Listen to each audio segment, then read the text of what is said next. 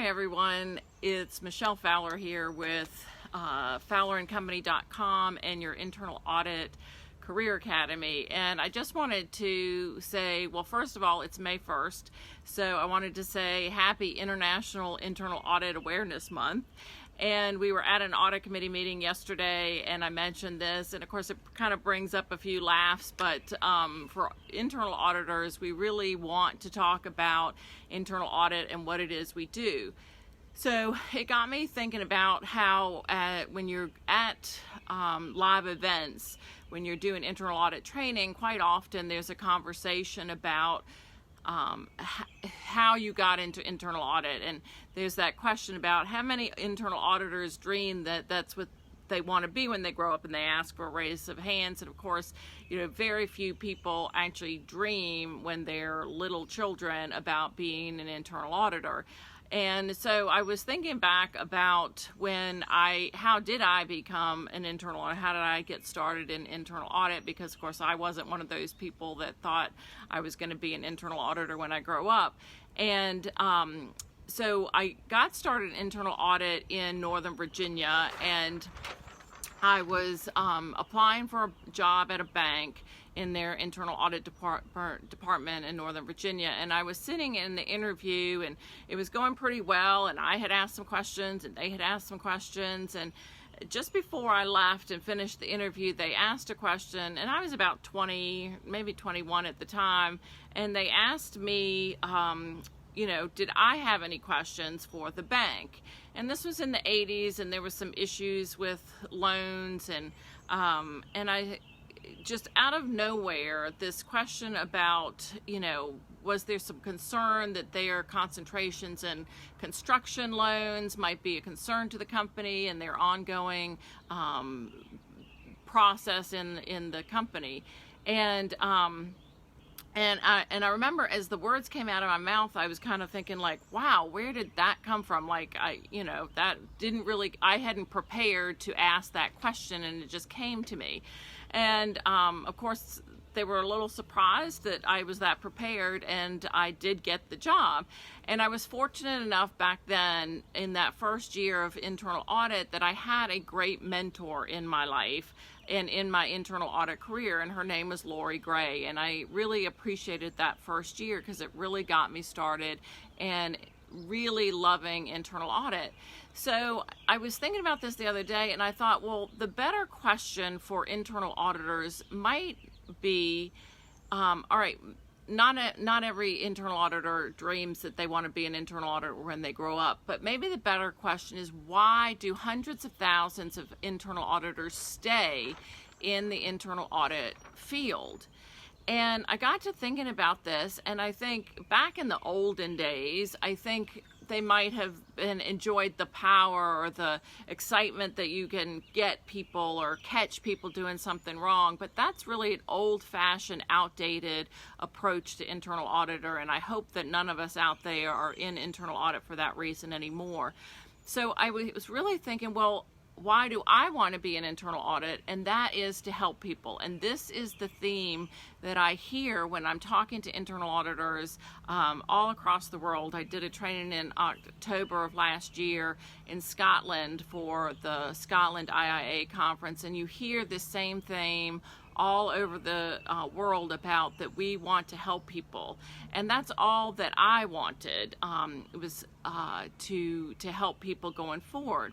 And so throughout my career, I've kind of moved forward and meandered, and this job took me there, and this job took me there, and my husband's British, so we traveled internationally, and I was able to work overseas as well. And I kind of meandered in this career that I was fortunate enough to, love where I had landed. But in the past few years, I've kind of wondered, is there a better way? What if others now knew what I have learned over all these years by trial and error, and could kind of apply this information immediately in their careers to have a more cohesive direction about where their career and their department and ultimately their organizations are going in this process. And so in thinking about all those things, I thought, well, we could really help people move forward quicker in their career if we could share this knowledge. And so we created the Internal Audit Career Academy. And we started it last year, and the people that have been in it have really loved it and found a great deal of results from it. So let me tell you a little bit about the Internal Audit Career Academy. It is a technical and soft skills training event. So we have 2 live events during the year. Those are 2-day events, and that gives us time for networking. Hi Jennifer. Hi Jen, how are you doing? And sharing ideas with our peers. And so this is a great time to be on site together and go through some of this technical training. But over the course of my career, what I found is that the technical training is great, but without the so-called soft skills that really are more important, because if you can do the technical training but you can't communicate well, or you don't have rapport with your companies in order to help them get the proper controls in place, then really the technical training doesn't help you at all. So there's a big focus on these soft skills as well. So there's 10 online modules in addition to these 2 live events that we do every year. And there's a total of about 40 hours of CPE. There's some bonuses along the way, some strategic planning at the beginning of the year.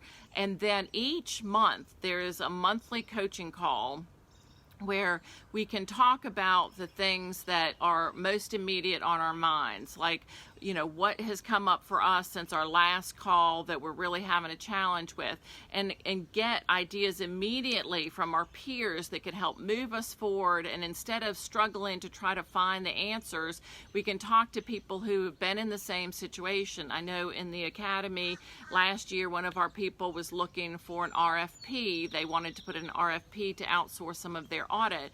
And so immediately, not only were we able to provide some information related to that, but other people in the group had been through this process and were able to shed some light on it and to really give them some concrete ideas.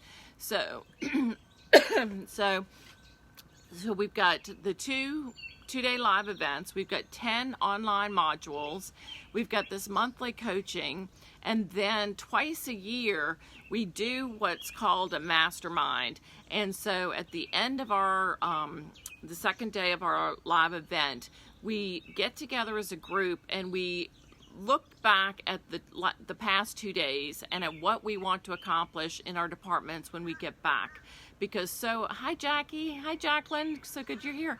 So we want to look back at the 2 days of training, because I have a friend of mine who calls her training, you know, you have this bookshelf of all these training materials you gather through the years. When you come back from your training, you're all excited and you have an idea and you're like, oh, I'm going to implement this, and you put the materials right next to your computer because you know you're going to get to it as soon as you get caught up with all of the work. But then time goes by, and so, okay, now you move the materials to the credenza because you're so busy catching up with what you missed that you don't have time to look at it. And then eventually it ends up on a bookshelf, and it's there with all these other training materials of information that you've never implemented. You have all these great ideas. And I have a friend who calls this bookshelf her wall of shame. Like, I get home and I have this wall of shame that I've looked at of all these materials that I've never actually implemented any ideas. So at the end of the second day of the live training, we actually sit down, we mastermind, and we say, okay, what are the 1, 2, or at the most 3 ideas that you captured while you were in this training that you really feel are going to drive your career or your department, and ultimately that means driving your organization forward. So we pick those 1, 2, or 3 things, and we really drill down into, okay, what does this look like when I get back to the office? What's one step I can take maybe the day I return to generate some momentum in actually implementing that? Like, who is in my office that maybe I can delegate a task to move that forward. And we really sit down and have not just this idea that I'm going to go back and do it, but really concrete ideas about how we can make these changes in our department. So, so this is all together. This is what we've created, this Internal Audit Career Academy, and it's great for people who are just starting out in their careers because it gives this technical knowledge and a basis for someone who's just starting out. But it's also fabulous for people who've been in their careers for a long time, who are trying to make this concerted change in direction in their career or in their department, and they want some good ideas of how to make that happen quicker. So we've put it all together in one package with all the support and the community and the knowledge that you need. And because I've learned over the years that people who make a decision quickly and who really are focused and want to move faster on their career and their department, those are the people that are typically the most successful. So we're offering this fast action scholarship for those people who are ready to make a quick move forward in their career and take a stand for their career and their department. And we're doing this fast action scholarship. It's 10% off. It's through May 17th. And if you go out to the website, I'll have the website out there. You can actually schedule a half-hour strategy session with me. And when you schedule that, we will talk about where you want your career and your department to go forward to really come up with a plan even in that short time of that strategy session to see how we can move forward. So even if you choose to join the academy or you don't, you have this vision for moving forward with your career and your department. So I hope that you'll take advantage of that strategy session. If you go out to the website, they're in half-hour increments, and you can just go out there and sign up, and I'll get a notification, and we'll get that scheduled. So that's at the Internal Audit and Career Academy.com, and that information, that's internalauditcareeracademy.com. Let me make that clear. And that's in the information with this live event. So I hope that if you have questions, I see that Jackie's on there, and Jackie Evans from Wales, hi Jackie, is watching. So we're really excited about this second year, and we're really going to take it to the next level. And we've kind of made some mistakes in the beginning that we've tweaked, and we're really moving forward with this ultimate program. So again, remember, two-day live events during the year. The first one is this coming May 28th and 29th. That's already scheduled. It'll be in Richmond, Virginia. And then 10 online modules throughout the year that give you this technical training and support. And this masterminding, which I think is really ultimately the most important thing, because it really, really moves your career forward. And then don't forget monthly coaching calls where you can ask questions about anything that's on your mind or something that you need help with. So get out to the website, schedule a strategy session with me so that we can get clear on what your goals are for your career and your department. And then, take advantage of that fast action scholarship by signing up for the Internal Audit Career Academy before May 17th, and get ready to join us for the live event on May 28th and 29th. So I look forward to seeing you there, and I will talk to you guys later. Thanks so much. Bye.